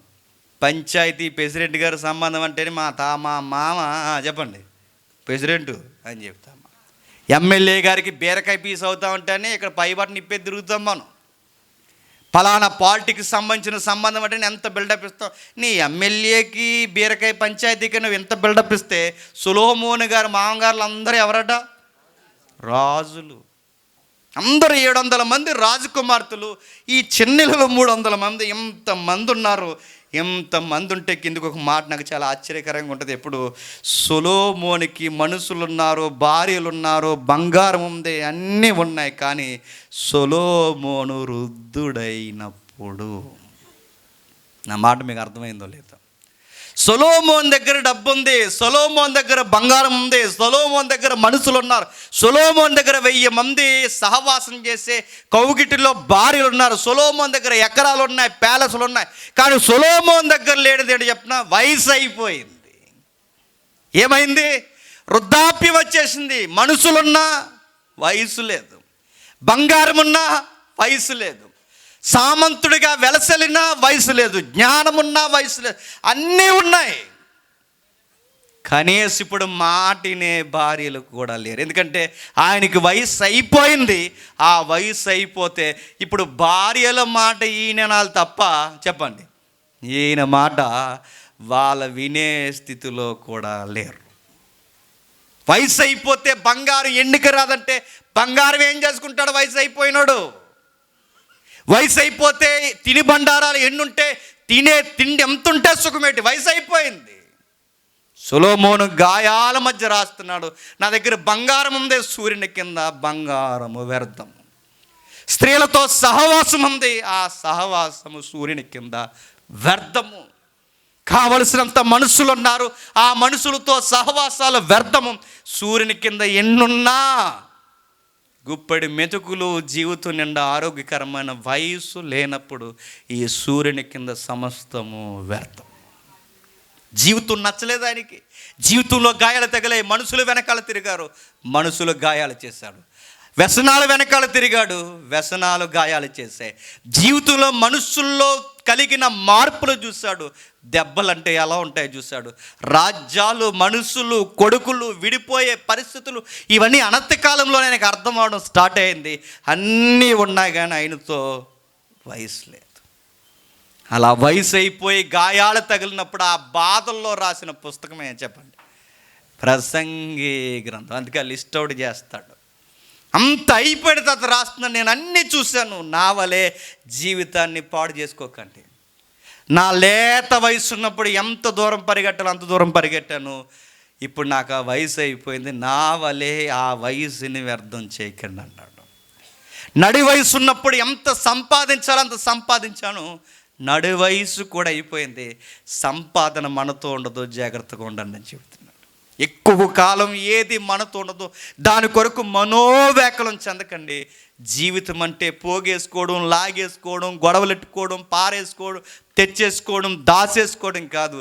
జీవితం అంటే ఇదేమీ కాదు. జీవితం అంటే గాయాలు తగిలిన జీవితంలో అసలు నా జీవితంలో నేను ఏమి సాధించానని ఆలోచించుకోవడమే జీవితం అని చెప్పాడు. నేను ఒక మాట చెప్పి త్వరగా ముగిస్తాను. నేను ఏదో రోజు మనం చచ్చిపోతాం, ఖచ్చితంగా చచ్చిపోవండి. అలా అనకండి చచ్చిపోతాం, గుర్తుపెట్టుకో, చచ్చిపోతాం. ఈ చచ్చిపోయే ముందు వెంటనే చచ్చిపోం కదండి. దేవుడు అందరికి ఇచ్చే మంచి అవకాశం ఏంటి చెప్పినా, మంచం ఎక్కిస్తాడు. మంచి అవకాశం అన్నాడు. ఎందుకంటే వెంటనే చచ్చిపోకూడదండి, అది మంచి సావు కాదు.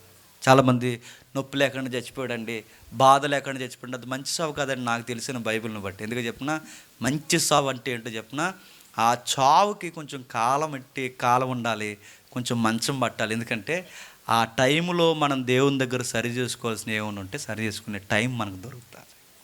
అందుకే దేవుడు ఏం చేస్తాడంటే మంచం ఎక్కిస్తాడు, మంచం పడతాం. ఆ మంచం పట్టినప్పుడు వైద్యం జరుగుతుండగా డాక్టర్లు చెబుతారు ఏమనంటే, డాక్టర్లు మనకు చెప్పరు, ఎందుకంటే మనమే పేషెంట్లం కదా, మనకు చెప్పరు. మన పక్కన మన ప్రియులు ఎవరైతే ఉన్నారో పిల్లలు కానీ భార్యకి కానీ వాళ్ళకి చెప్తారు. ఏమని చెప్తారంటే, ఇది వెళ్ళరండి, పెద్ద ఆవిడ ఇంకా ఎక్కువ రోజులు బతకరని ఆ కిటికీ వారిని చెప్తారు. దరిద్రం ఏంటంటే అది మనకే వినబడుతుంది, సరిగ్గా చెవిలోకి వచ్చేది. అది వినబడక అప్పుడు బెంగ వచ్చేస్తుంది. అప్పుడు పెద్దోళ్ళం కనుక కొంత మేకపోతే గాంభీర్యం చూపించి లోపల దాచుకుని ఏమంటామండి, ఏమనం, నాకు తెలిసిందిలేనరా, ఏం బాధపడకండి అని చెప్తాం. చెప్తూ లోపల ఒక బాధ ఉంటుందండి, ఏ మగాడికైనా ఏ స్త్రీకైనా. ఆ బాధ ఏంటి చెప్పిన, నేను చనిపోయిన తర్వాత నాతో చేయబట్టుకుని ఇన్ని రోజులు బతికిన నా భార్య ఏమైపోతుందని బాధపడతాడు. నేను చనిపోయిన తర్వాత నా పిల్లల్ని ఎవరు చూస్తారో అని బాధపడతాడు.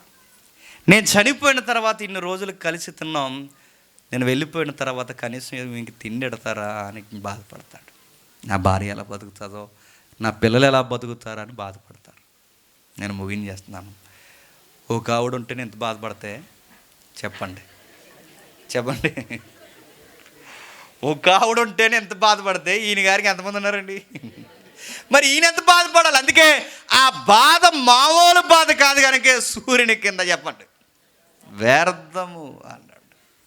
గాయాల్లోంచి రాశాడు వ్యర్థము, 1000 మంది ఉన్నా వాళ్ళతో ఉండడానికి నాకు వయసు లేదు. బంగారం టన్నులున్నా బంగారంతో అలంకరించుకోవడానికి నాకు వయసు లేదు.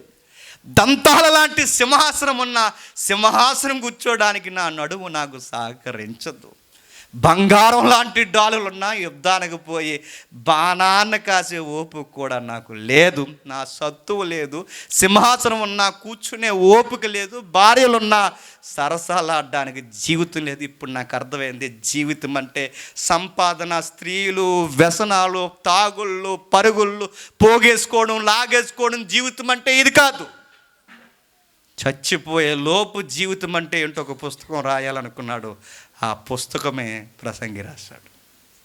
రాసి ఏమని రాస్తున్నాడు, ఆ అధ్యాయాన్ని అలా ముగిస్తూ 12 అధ్యాయంలోకి దూకుతున్నాడు. ఏమని దూకుతున్నాడు చూడండి. 12 అధ్యాయం మొదలు వచ్చును. ప్రసంగి గ్రంథం 12వ అధ్యాయం మొదలు వచ్చును ముగించుకుందాం. దుర్దినములు రాకముందే ఇప్పుడు వీటి యందు నాకు సంతోషము లేదని చెప్పు సంవత్సరములు రాకముందే గుర్తెట్టుకుని బతికి బట్ట కడతావు అన్నాడు. జీవితం అంటే పోగేయడం కాదు, జీవితం అంటే దాయడం కాదు, వయసు ఉంది కదా అని ఈ లేత వయసులో నచ్చినట్టు పరిగెట్టడం కాదు. జీవితం అంటే నడి వయసులో ఆడిని కప్పుతాం, ఆడుకోలు కప్పుతాం, ఈడుకలు కప్పుతాం, ఎంత పోగేద్దాం అంత పోగేద్దాం, ఏది లాగేసుకుందాం, ఇది కాదు జీవితం అంటే. జీవితం అంటే ఒకటి గుర్తుపెట్టుకో, సూర్య చంద్ర నక్షత్రాలకి చీకటి కమ్మితే ఆ ఏరియా, ఆ అట్మాస్ఫియర్, ఆ వాతావరణం సూర్యుడికి ఆ చీకటి కమ్మేస్తే, మబ్బు కమ్మితే ఎంత చీకటిగా ఉంటుందో ఈ జీవితానికి కూడా ఒకరోజు మబ్బు కమ్ముతుంది. ఎలుగుతున్న సూర్యుడికి నల్ల మబ్బు అడ్డొచ్చేస్తే, ఎలుగుతున్న చంద్రుడికి నల్ల మబ్బు అడ్డొచ్చేస్తే, ఎలుగుతున్న నక్షత్రాలకి నల్లటి మబ్బులు కప్పేస్తే అదంతా డార్క్ ఏరియా ఎలా అయిపోతుందో ఈ ఎలుగుతున్న జీవితం మీదకి ఒకరోజు నల్ల మబ్బులు వచ్చి కమ్మేస్తాయి. అదే వృద్ధాప్యం. గుర్తుపెట్టుకో. నీ కనుగుడ్డులు కనబడవు, నీ వయసు నీకు వెలుగుగా అనిపించదు, ఓపిక ఉండదు. ఆ వయసు రాకముందు, ఇదిగో ఆ దుర్దినాలు రాకముందే, ఆ వయసు అయిపోకముందే నీ బాల్య దినములందే సృష్టికర్తని స్మరణకు తెచ్చుకో. ఈ టైంలో చెప్తుంటే నీకు బోరింగ్ అనిపిస్తుందా దేవుడు అంటే? ఈ నడి వయసులో చెప్తుంటే సంపాదనకు ఆలస్యం అయిపోతుందని ఈ సంపాదన సంసారంలోనే పరిగెడుతున్నావా దేవుడిని వదిలేసి అడుగుతున్నాను నేను. నడి వయసులో సంపాదనకి ఎంత దూరం పరిగెడతారో పరిగెట్టండి, ఒకరోజు కుదిరింగా కూర్చుంటారో దెబ్బక దేవుడు అంటే ఏంటో మీకు అర్థమవుతుంది. వయసులో చెప్తున్నప్పుడు దేవుడు సబ్జెక్టు, దేవుడు సభలో, దేవుడు సంఘము, దేవుడు దైవజనులు బోరింగ్ సబ్జెక్టులు అనిపిస్తే ఒకరోజు నీ బుర్రకెక్కే వయసు వస్తుంది. ఆ రోజు ఎక్కించుకుందాం అనుకున్నా నీ ఆరోగ్యం సహకరించదు. గుర్తుపెట్టుకో. ఆ రోజు ఎలాంటి సభలకు వచ్చి కూర్చుందాం అనుకుంటా, నిన్ను ఎవడో సభకు తీసుకురాడు, ఎందుకంటే నిన్ను ఎవడ మోసుకొస్తాడు. ఆ రోజు ఇలా సభకు వచ్చి కూర్చుంటే ఎక్కువ టైం కూర్చోలేవు, నడుము లేకపోతే వెళ్ళిపోతావు.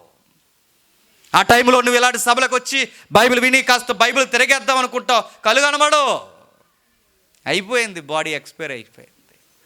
కిందికి రాస్తూ అంటున్నాడు, వాన వెలిసిన తర్వాత మేఘములు మరలా రాకముందే, వాన వెలిసిన తర్వాత మేఘములు మరలా రాకముందే అంటే అది ఎలా ఉంటుంది? వాన పడుతున్నప్పుడు ఎలా ఉంటుందండి? వాన పడుతున్నప్పుడు చాలామంది దేవుడు గుర్తురాడు. వాన పడితే వేడి బజ్జీలు ఉంటే బాగుండండి అని. వాన పడుతుంటే దేవుడు గుర్తురాదు, పొగోడు ఉంటే బాగుండు, సమోసాలు ఉంటే బాగుంది. వాన పడుతున్నప్పుడు దేవుడు గుర్తురాలు, ఇవేం గుర్తురావు, బజ్జీలు సమోసాలు గుర్తు వస్తాయి. లేత వయసులో ఉన్న వాళ్ళకైతే ఏం గుర్తుంది? వాళ్ళకేం గుర్తొస్తాయి చెప్పిన? సాంగ్స్ గుర్తొస్తాయి. సాంగ్ అంటుంది ఒక ఆవిడ, నేను ఎప్పుడో ఇంటర్మీడియట్ చదువుతున్నప్పుడు ఆవిడ అంటుంది, ఇప్పుడు కదా ఫేమస్ అందరికీ ఈ లేత వయసులో ఉన్న వాళ్ళకి, ఇన్ని రోజులు ఎక్కడికి పోయావు అని అడిగిందంట. ఎవరిని? దాక్కున్నావా? ఎక్కడ దాక్కున్నావు అని అడిగిందంట. ఎవరిని? వర్షాన్ని. నీకు భయపడి దాక్కుంది ఇన్ని రోజులు ఎక్కడ దాక్కున్నావు, ఎక్కడికి పోయావు? వర్షాలు పడితే దేవుడు గుర్తురాడండి. వర్షం పడినప్పుడు అంతా బాగుంటుంది, చల్ల గాలి వస్తుంది, వర్షం పడుతుంటే బాగుంటుంది. వర్షం పోయేకి ఎలా ఉంటుంది చెప్పండి? చిత్తడిగా ఉంటుంది, సిరాగ్గా ఉంటుంది, రోడ్డు మీద నిలబడిపోతుంది, ఎక్కడ నిలబడి సిరాగ్గా ఉంటుంది. లైఫ్ అట వర్షం పడుతున్నప్పుడు ఎంత హాయిగా ఉంటుందో, ఒకరోజు వర్షం ఆగిపోయిన తర్వాత ఎంత చెత్తగా ఉంటుందో, అలాంటి చెత్త పరిస్థితులు మన లైఫ్లోకి వస్తాయి. గుర్తుపెట్టుకోండి. ఇప్పుడు రంగు బాగుంది, నునుపుగా ఉన్నాం, అంతా బాగుంటుంది. ఒకరోజు ఇవన్నీ పోయి చిత్తడ మాదిరి జీవితం అవుతుంది.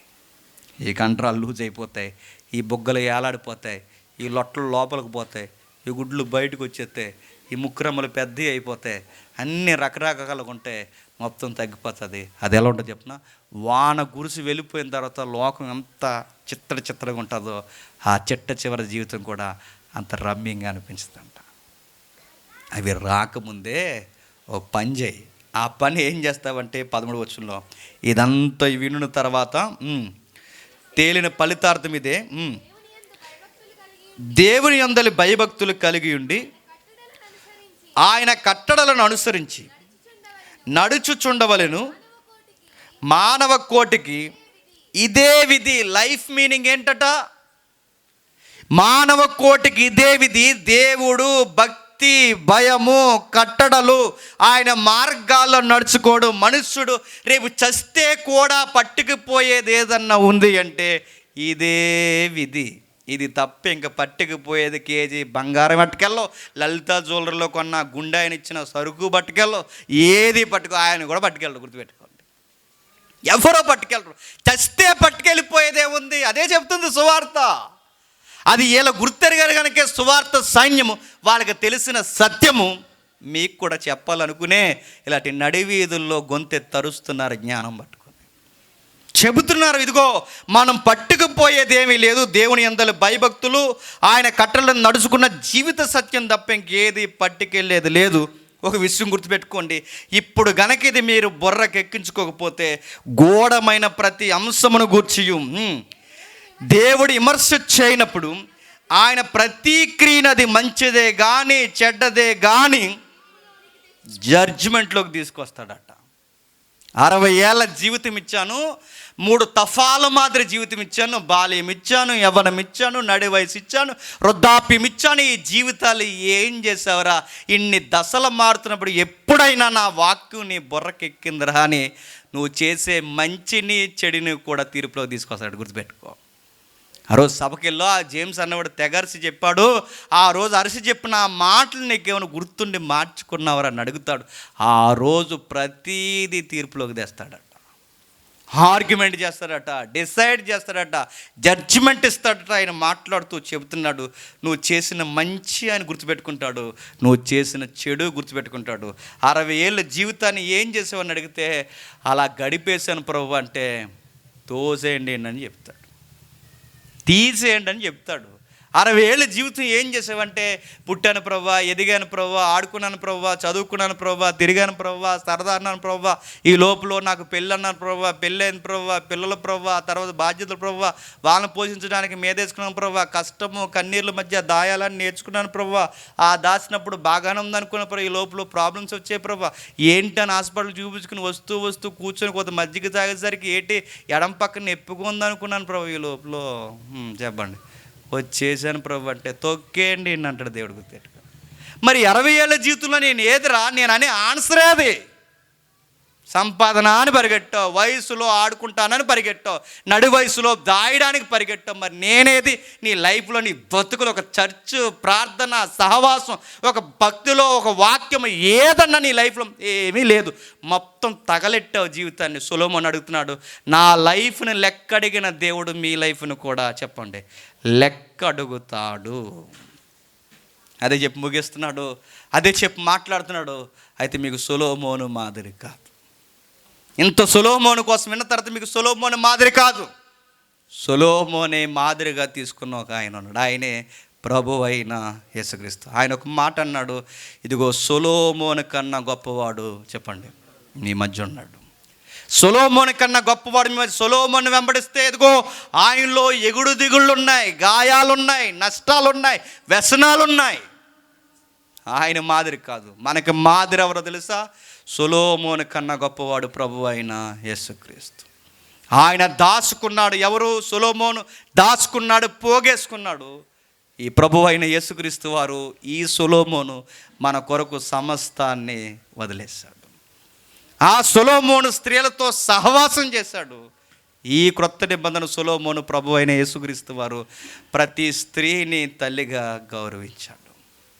ఆ సొలొమోను రకరకాల తీర్పులు, లాజిక్లు చెప్పాడు. ఈ సొలొమోను అద్భుత కార్యాలని ప్రజల చేత దేవుని పొందేలా చేసేసాడు.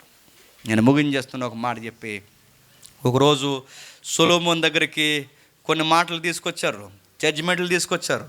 అందులో ఒక జడ్జిమెంట్ ఏంటంటే, ఒక తల్లి నిద్రపోయే కొడుకుని చంపేసినాడు. మరి అదేం తల్లో నాకు ఏం అర్థమవుతుంది, ఎన్నిసార్లు చదివినాను. నిద్ర ఎలా చంపేసింది? కాలేజ్ ఉంటుందండి, కాలేజ్ చేసింది, మొత్తం మీద పుట్టిన బిడ్డని, నెలలో బిడ్డని చంపేసింది. ఈవిడ నిద్రమోహం ఉంది, ఈ బిడ్డని చంపేసింది. ఇంకో నిద్రమోహం ఉంది. అయ్యో ఎవరు? ఆ పక్కన ఉన్న బిడ్డని ఎత్తుకెళ్ళిపోతుంటే ఈవిడికి మెలుకురా అంటే, బిడ్డని ఎత్తుకెళ్ళిపోతుంటే మెలుకురా అంటే ఈవిడ నిద్రమోహమే. ఎవరు? ఆవిడ నిద్రమోహమే చెప్పండి. ఈవిడ నిద్ర, ఇద్దరు నిద్రే. బిడ్డలు ఎంత ఇలా అయిపోతుంటే మెలుకు రాకపోవడం ఏంటండి? నిన్న బిడ్డలను అలా ఎత్తుకెళ్ళిపో, క్యారం అంటే లేగాలి కదండి, లేవలేదట. ఈ లోపల మెలుకు వచ్చాక బిడ్డను చూసుకుంది. అందులో ఒక ఆవిడ, నా బిడ్డ చచ్చిపోయాడు, ఇంకో బిడ్డ మెలుకు ఉన్నాడని ఆవిడ బిడ్డని ఇవిడ తెచ్చారు. తెలుసు స్టోరీ అంతా మీకు, నాంటెల్ స్టోరీ, ఇది తెలియాలి మనకి. తీసుకొచ్చారు, జడ్జిమెంట్ సొలొమోను ముందు పెట్టారు. సొలొమోను ముందు పెడితే సొలొమోను ఏమన్నాడు? పొద్దునైన కత్తోడు తేండ్రా అన్నాడు. ఎవరు? కత్తి ఎందుకు స్వామి అని చూశారు. ఎవరు?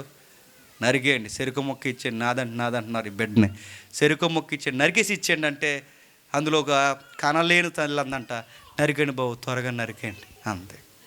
కనిన తల్లి అందట ఏమని, అయ్యో నరకొద్దండి, ఎందుకంటే కన్న పేగ ఏమంటుందండి, నా బిడ్డ నా దగ్గర లేకపోయినా పర్లేదు, ఎక్కడో దిక్కున బతుకుంటే చాలు, నరకొద్దండి అంతే. కనిన తల్లి నరకడానికి ఇష్టపడలేదు, కనను తల్లి చెరుకు ముక్క నరికేయండి అంతే. ఆ ప్రేమను బట్టి జడ్జిమెంట్ ఇచ్చాడు.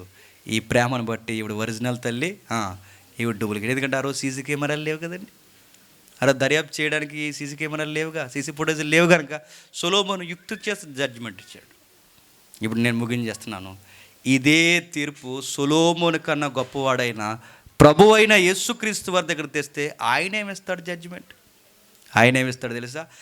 ఆ చనిపోయిన బిడ్డ ఎవరైతున్నారో ఆ బిడ్డను కూడా బతికించేస్తాడు. ఈయన సొలొమోను కన్నా గొప్పవాడు, గుర్తుపెట్టుకోండి. ఈయన సొలొమోను కన్నా గొప్పవాడు, మన మాదిరి, మన యాజకుడు, మనకు తగినవాడు, మన జీవితానికి సత్యాన్ని నేర్పించేవాడు. ఇదిగో వ్యసనగాండ్లను నీతిమంతులుగా చేస్తాడు. ఇదిగో ఆ బలహీనతలు ఉన్న సమరయ స్త్రీని ఉత్తమమైన సంసారం స్త్రీగా మార్చాడు. కోపిష్టి పేతుర్ని చక్కటి సాత్వికుడిగా మార్చాడు. ఈయన దగ్గరికి రండి, జీవిత సత్యం అంటే ఏంటో నేర్పిస్తాడు. ఇప్పుడు చెప్పండి, లేత వయసు చెప్పండి, నడిప్రాయము త్వరగా గతించిపోతాయి. గతించిపోనది సూర్యుని కింద ఒకే ఒక్కటి ఉంది, ప్రభునందు పడిన ప్రయాస చెప్పండి వ్యర్థము కాదు. సూర్యుని కింద అన్నీ వ్యర్థమైపోతాయి. ఈ సువార్త సైన్యం రేపు పొద్దున్న పట్టుకెళ్ళిపోయేది ఏముందో చెప్పనా? వీళ్ళు ఎన్ని సభలు పెట్టారో, ఎన్ని సువార్తలు చేశారో, సంఘంలో ఎంత ప్రయాసపడ్డారో, ఆ ప్రయాసేనండి ఈ సూర్యుని కింద వ్యర్థం కాదు. సూర్యుని కింద బంగారము, ఎండి, మనుషులు, సంపద అంత వ్యర్థమవుద్దేమో కానీ ఆయన కొరకు పడిన సువార్త కష్టము చెప్పండి వ్యర్థము కాదు. వీళ్ళు చేస్తున్నది అర్థవంతమైనది, మీకు ప్రకటింపబడుతున్నది అర్థవంతమైనది. ఇది విని ఎవరైతే మార్చుకొని జీవితంలో కాస్త భక్తి, దేవుడని పట్టుకుని ఈ రోజు నుంచి నడుస్తారో, నేను మళ్ళీ చెప్తున్నాను, జీవితం ముగిసే సమయానికి మరణ దినాల్లో ధైర్యంగా జీవితాన్ని ముగించి, దేవా నీ తీర్పులో నేను ధైర్యంగా జవాబు చెప్పగలనని ఎవరైతే అనుకుంటారో వారే ధన్యజీవులు. దేవుడు మరింత మిమ్మల్ని బలపరచునుగాక. ఆమేన్. ప్రార్థన చేసుకుందాం. ఒకసారి లేచి నిలబడదాం, ప్రార్థన చేద్దాం. ప్రేమగల తండ్రి, కృపగల దేవ, మీ విలువైన మాటలు తండ్రి ఇప్పటివరకు విన్నారు తండ్రి.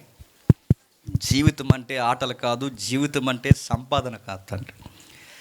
జీవితం అంటే ఉరుకులు పరుగుల జీవితాల మధ్య పరిగెట్టడం కాదు తండ్రి. మేము చూడాలనుకున్నవన్నీ మాకు ముందే సొలొమోను అన్నీ చూశాడు దేవా.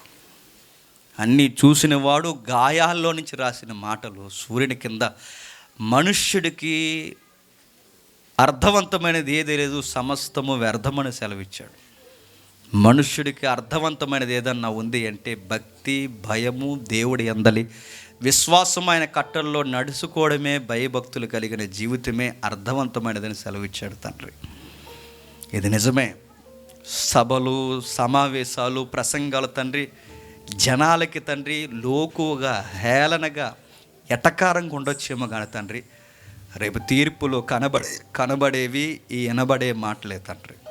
విన్నవారు ధన్యులు. ఈ మాటలు విని తండ్రి పెడచెవును పెడితే వారి ఆత్మలకు వారే ఉత్తరవాదులు.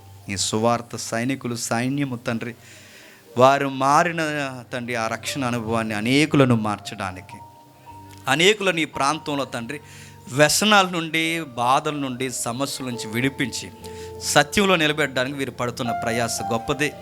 దీవించండి, కాపాడండి.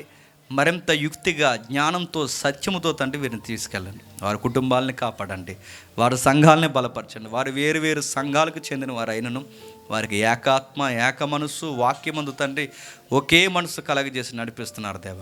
అట్టి విధముగా ఇంకొన్ని వీరిని పురుకొలిపి వాడుకుంటారని ప్రతి దైవజనుని కొరకు అర్థిస్తున్నాం. ఈ మాటలు బోధించడానికి సహకరించిన తండ్రి ఎవరైతే తండ్రి మీ బిడ్డలు ఉన్నారో, ఈ మాటలు వినడానికి ఆసక్తి కలిగి కూర్చున్నారు, వారి కుటుంబంలో ఏ సమస్యలున్నా, ఇబ్బందులున్నా వీటన్నిటిని బట్టి తండ్రి వారి సమస్యలను తీసివేయండి. జయించే శక్తిని వారికి అనుగ్రహించండి. నెమ్మది గల జీవితాన్ని తండ్రి వారికి దయచేయండి తండ్రి. మమ్మల్ని ఎవరైనా సతులుగా భావించి మమ్మల్ని హేళన చేసి మా మీద చెడ్డ మాటలు పలికిన వారు ఎవరైనా ఉంటే వారిని క్షమిస్తారని కోరుతూ, మా శత్రువులను, మా మిత్రులను అందరినీ మీ చేతులకు అప్పగిస్తూ క్రీస్తు నామమున ఈ ప్రార్థన సమర్పిస్తున్నాం తండ్రి. ఆమేన్.